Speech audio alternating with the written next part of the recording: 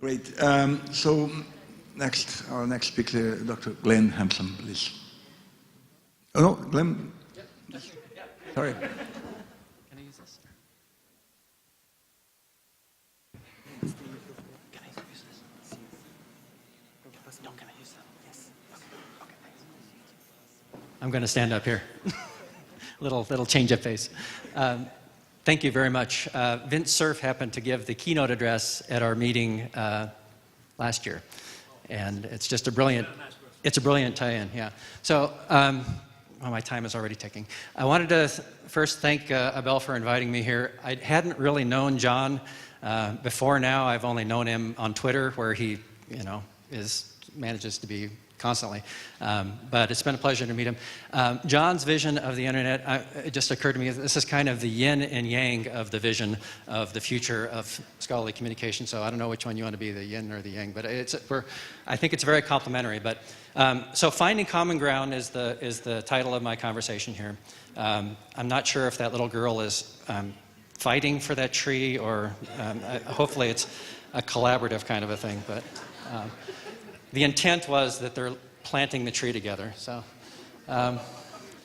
first about OSI, like SciELO, we're a network that's working to improve the future of scholarly communication and science communication in order to benefit the global public good. And I put an asterisk by that because that's a whole other conversation about what that really means. But we are an all-volunteer group of stakeholders representing all parts of the scholarly communication ecosystem, including scholarly publishers, which is sort of where we may disagree on that. But research universities are part of it, scholarly publishers, scholarly societies, libraries, university publishers, funders, and so on. We have about 400 participants at the moment. I think about 10 are, just a quick show of hands, how many people are part of OSI? I know Rick Anderson is hiding in the back corner. Eric Archambault is here somewhere. There's Susan Velsman from South Africa. So about 10. 250 institutions represented. We have a wide range of opinions, and we love to disagree on just about everything. But there are 4 areas where we have common ground. And those 4 areas are that science and society are going to benefit from open, done right. And I emphasize that because open science, just any kind of open science, won't necessarily benefit science and society. Successful solutions are going to require broad collaboration across all stakeholders. Pillar number 3 is connected issues need to be addressed, and I'll talk about that on the next slide. And pillar 4 is that open isn't a single outcome, but it's a spectrum. And I'll talk about that as well. So here are the connected issues. We talked about impact factors yesterday. Everybody loves them, everybody hates them. They're a problem. They cause problems. We need to figure out what to do about the future of impact factors before we can figure out what the future of open looks like. Global equity, we need to make sure that when Plan S and Plan Z and Plan whatever roll out in Europe, and we need to ask Brazil what they think of this. We need to ask the countries in Africa what they think of this, because not everybody is on equal footing. And we need to keep that big picture in mind when we try to work together for the future of open science. Working for science, we need to make sure we ask the researchers what they think, because a lot of times we just come up with these fancy plans and we say, here, go do this. And it's not exactly in their best interests, or they didn't get enough input into the plan. Predatory publishing is a big issue. We need to figure out what to do about that before it damages publishing and damages science. The culture of communication in science, promotion and tenure, the pressure to publish that John was talking about. These are all issues that we need to really get to the root of before we can figure out the future of publishing. And then other issues, transparency, peer review, repositories, and so on. There's many issues. Pillar number 4, open isn't a single outcome or even defined. It's used differently in open source, open code, open education, open science, open society, open for business. It means a variety of things to a variety of people, and there isn't really a definition that encompasses it. So what we're settled on is that open really is a spectrum that exists along 5 dimensions: how discoverable it is, how accessible it is, how reusable, transparent, and sustainable it is. And I've included some slides in the annex that go into more detail on this and other issues, but it describes what exactly we mean by discoverability and accessibility and so on. Most knowledge exists somewhere in the not entirely open range. So for example, the information on PubMed Central, most of which is copyrighted, but it's still free to read, free to download, but we don't call it open because it doesn't meet the strict definitions of the Budapest Open Access Initiative, where it has to be free, CC BY, and immediate. So if we can put it somewhere on the spectrum and say, yeah, it's open, but it's not that kind of open, and then we can bring it into the fold, try to benefit from it, build tools that can harvest it, and bring it into the same conversation when we talk about open, then we can help more open get into the fold quicker and figure out how to improve all of it with best practices and so on. Here's our common insights. Open isn't defined, as I mentioned. It's not free. A lot of times when we talk about open, we say, it's great, it's going to be free. No, there's a cost associated with producing open. And that's going to stay there as far as we can tell. It's not easy. As you can hear from these conversations, there's so many facets to it. It's not disconnected from all these other issues. We can't just say, let's do open today, because we're still going to have impact factors and peer review issues and so forth to try to figure out. Common insight number 5, publishing is critical. Keith Yamamoto mentioned last year in closing that without publishing, there is no scholarly record. We have to figure out how to preserve the best of the current system while improving it.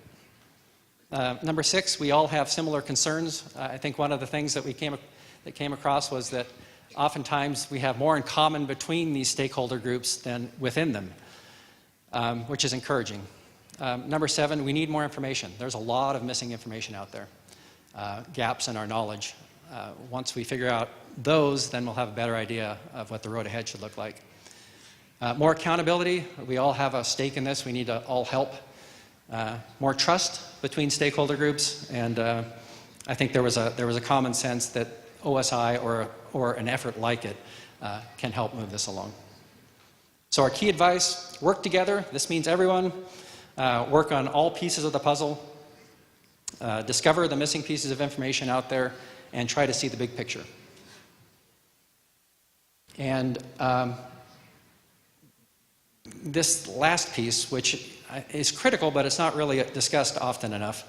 The roadmap that we're using right now to the future of open is pretty old. It was invented, when Amazon was still a tiny thing and Facebook didn't even exist.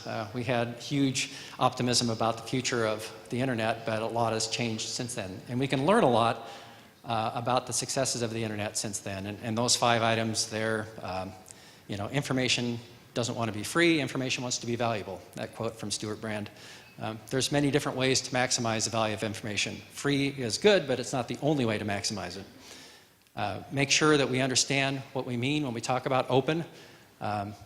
Back in the beginnings of the open source movement, they called it free software until they figured out different people define the word free differently, so it was causing confusion and dissent within the movement. Try to get a lot of users right away, and then figure out who doesn't belong there or what your criteria are. You have to get big first. And then number 4, try to solve a problem really well. If you haven't solved it really well, you're not getting a lot of users. We need to figure out what problem it is we're trying to solve in this space, and then what approach it's going to take. And number 5, regulation. We don't really have enough of it in this space. It's kind of a bad word, but we need to have rules. We need to have standards so that there's a level playing field for everyone. So what does the future look like? This is just me. It's not really OSI, so if these are wacky, then just blame me. Over the next 15 years, you can maybe look at it this way. That white line on the bottom is the baseline growth. Open is growing slowly. It'll continue to do that. Most information that becomes available nowadays is open. And then as information comes off of embargo, it's backfilling the level. So it's going to continue to grow slowly, but without some aggressive community action, we're never going to realize the full potential of open. So we can begin in the next couple of years to pick the low-hanging fruit, work together on common solutions. What those are, that's a community decision. We tackle the tougher issues. We don't wait 10 years to tackle the tough issues, but we're working on them now. But 10 years from now, maybe we have a common solution to peer review or to promotion and tenure standards. And then 15 years from now, I call it an open renaissance. And here's what we have. We have open science is clearly defined and supported. Open is the standard. Open solutions are robust and inclusive and sustainable and broad. You can find almost anything, anywhere. There is no gap between the global north and south as far as access goes. We haven't forgotten about the humanities. Those solutions are built in now. All these connected issues like impact factors and so on, they've been solved. The incentives are aligned, so scholars participate in open because they want to, not because somebody's telling them to. Predatory publishing is gone. We have standards. The marketplace is competitive. Repositories are integrated, not just connected, but actually integrated. And we have data standardization well on its way, which is really just in its infancy now, but it's an important part.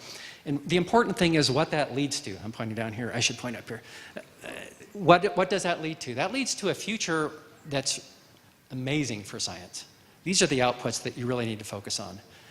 Look at the second bullet point on the right. The research ecosystem grows exponentially more powerful. You put more data out there, more information out there.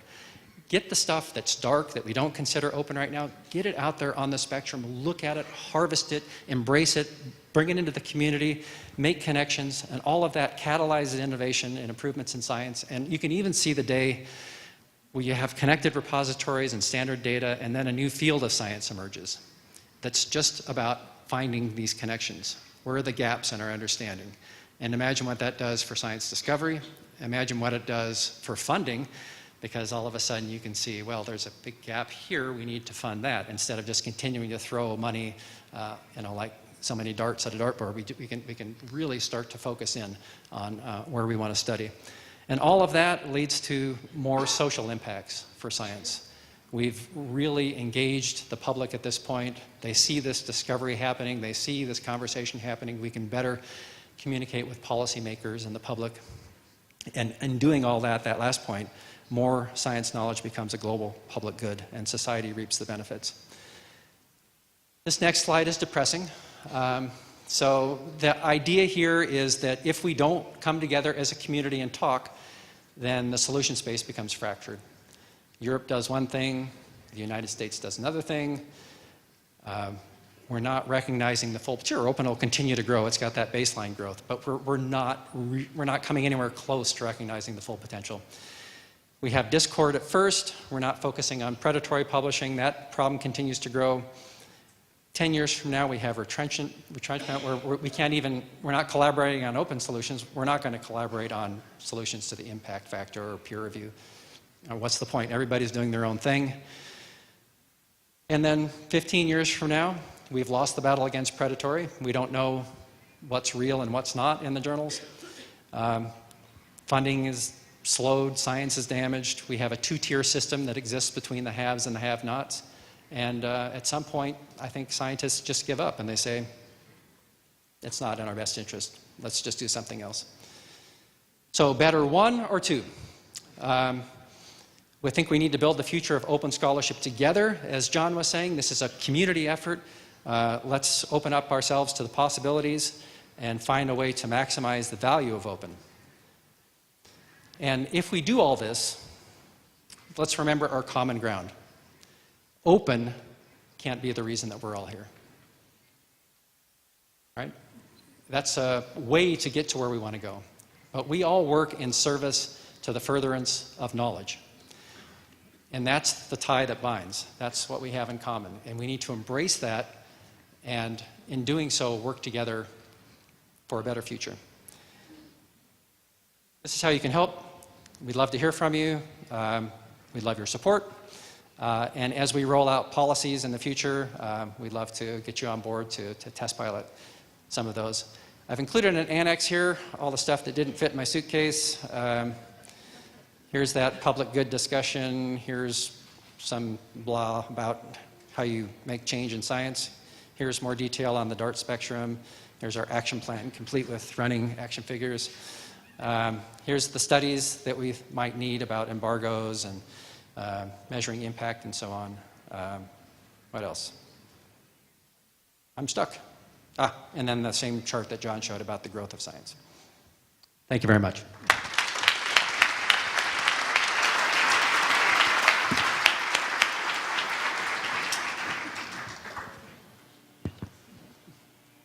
Thank you, Glenn. Very nice presentation.